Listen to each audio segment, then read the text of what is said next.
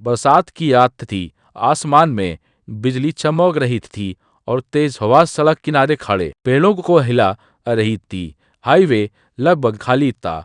एक कार की हेडलाइट्स अंधेरे को चीरती हुई आगे बढ़ रही थी।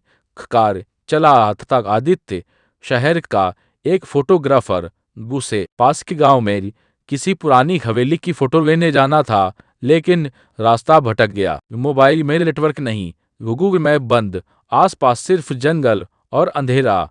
तभी दूर उससे एक हल्की पीली रोशनी दिखी।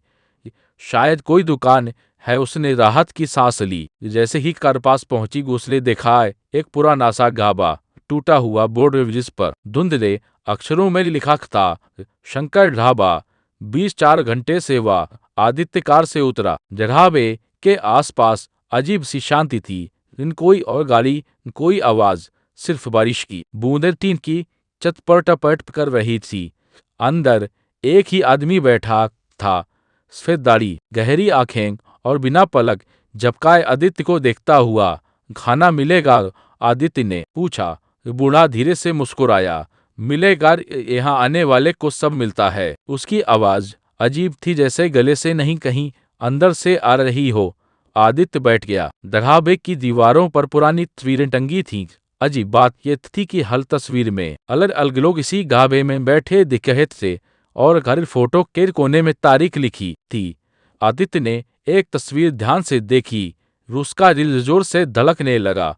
तस्वीर में जो लड़का बैठा था वो बिल्कुल आदित्य जैसा दिख रहा था और तारीख की। आदित्य ने झट से पीछे मुड़कर बूढ़े को देखा। बूढ़ा वहीं खड़ा था, मुस्कुरा रहा था और बोला, तुम्हें माने में 1 दिन देर हो गई।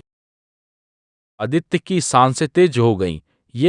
ये फोटो कैसे?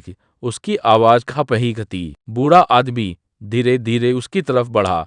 जो यहाँ आता है उसकी कहानी पहले ही लिखी जा चुकी होती है। आदित्य ने फोटो फिर से देखी। वो सच में वही था, वही जैकेट, वही बैग, वही कैमरा। पर मैं तो आज पहली बार यहाँ आया हूँ ने। बूढ़ा हंसा, सूखी डरावनी हंसी। तो तुम्हें ऐसा लगता है? जब एक कोने में रखा पुराना टीवी अचानक खुद ब खुद चालू हो गया। स्क्रीन पर काली सिद्ध फुटेज चल रही थी। आदित्य ने देखा वो खुद था इस ढाबे के बाहर खड़ा, दरवाजा खोलते हुए। लेकिन बाहर तो उसकी कार अभी भी खड़ी थी। ये रिकॉर्डिंग कब की है? उसने घबरा कर पूछा। बूढ़े ने जवाब नहीं दिया, बस इशारा ही किया ढाबे के पीछे वाले दरवाजे की ओर। वहां से हल्की लाल रोशनी आ रही थी। आदित्य का दिल कहता भाग जाओ, लेकिन दिमाग कह रहा था सच जानो। वो धीरे धीरे उस दरवाजे की तरफ बढ़ा। जैसे ही उसने दरवाजा खोला उसके पैरों तले जमीन खिसक गई। अंदर एक छोटा कमरा था। दीवारों पर और भी तस्वीरें, लेकिन ये तस्वीरें अलग थी। जिनमें लोग डरे हुए थे। ये कुछ दरवाजे की तरफ भागते हुए, कुछ पीछे मुड़कर देखते हुए, और हर तस्वीर के नीचे लिखा था आखिरी गिला। आदित्य की नजर आखिरी फोटो पर गई। वो फोटो खाली थी। नीचे लिखा ठाक अगला। आदित्य अचानक पीछे से दरवाजा धड़ाम से बंद हो गया। बत्ती चली गई। पूरा कमरा अंधेरे में डूब गया और उसी अंधेरे में बूढ़े की आवाज गूंजी, यह ढाबा रास्ता नहीं मंजिल है। तभी आदित्य के कंधे पर किसी का ठंडा हाथ पड़ा। आदित्य का दिल जैसे रुक गया। उसने धीरे धीरे पीछे मुड़कर देखा लेकिन वहां कोई नहीं था। ये फिर भी कंधे पर ठंडा एहसास अभी भी था, जैसे किसी ने अभी अभी छुआ हो। अंधेरे कमरे में हल्की लाल रोशनी फिर जल उठी। अब आदित्य ने जो देखा उससे उसकी सांस अटक गई। कमरे की दीवार पर एक बड़ा शीशा लगा था। उसमें उसका प्रतिबिंब दिख रहा था, लेकिन वो वैसा नहीं था जैसा अभी है। शीशे में दिखा आदित्य गंदे कपड़ों में, चेहरा डरा हुआ और आंखों के नीचे काले घेरे, जैसे वो कई दिनों से यहाँ फंसा हो। ये नहीं हूँ। आदित्य पीछे हट गया। ये तभी शीशे वाला आदित्य मुस्कुराया, लेकिन असली आदित्य नहीं मुस्कुराया था। तुम्हें याद नहीं? आवाज इस बार शीशे के अंदर से आई। तो तुम कल रात यहाँ आए थे, भागने की कोशिश की, लेकिन रास्ता नहीं मिला। आदित्य का दिमाग घूम गया। फ्लैशबैक की तरह को झलकियां दिखने लगी। बारिश, वही जब बूढ़ा आदमी और अंधेरा। नहीं ये सपना है, उसने सिर पकड़ा। तभी कमरे की दीवारें बदलने लगी, एटिंग जैसे धुंध बनकर गायब हो गई।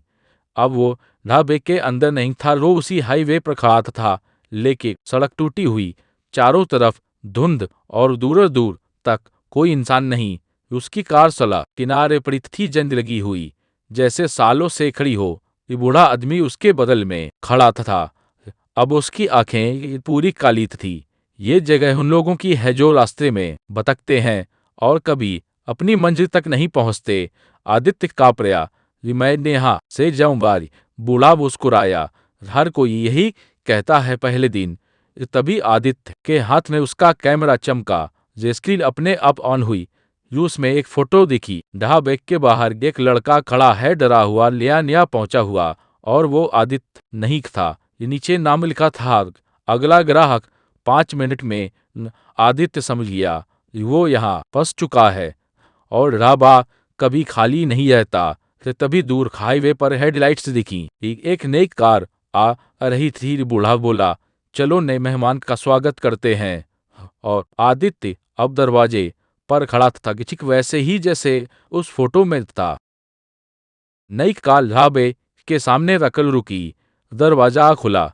एक लड़की उतरी, लगभग 20 साल की, भीगी हुई, घबराई हुई। जी को कोई है, हेल्प चाहिए, उसने आवाज लगाई।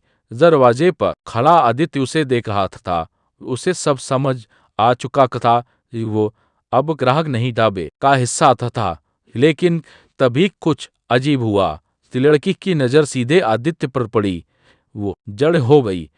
तुम्हें उसकी आवाज कांपी। आदित्य चौंका। तुम मुझे जानती हो? लड़की ने धीरे धीरे कहा, तुम वही फोटोग्राफर हो जिसकी एक्सीडेंट में मौत हो गई थी। आदित्य का दिमाग शून्य पड़ गया। अचानक उसके सामने तेज फ्लैश चमका। यादें लौटे आई। बारिश, फिसलन, कार का कंट्रोल, छूटने टक्के हेडलाइट्स और एक जोरदार टक्कर। उसने आखिरी बार स्टीयरिंग पकड़ा था और फिर सब अंधेरा। ढाबा, हाईवे, बूढ़ा आदमी, ये सब हादसे के बाद था। बूढ़ा अब उसके पास खड़ा था, लेकिन उसका चेहरा बदल गया था और वो डरावना नहीं ले रहा था, शांत था। ये ढाबा सजा नहीं, इंतजार की जगह है, उसने कहा। जो अचानक चले जाते हैं उन्हें समझने का समझ दिया जाता है। आदित्य ने लड़की की तरफ देखा।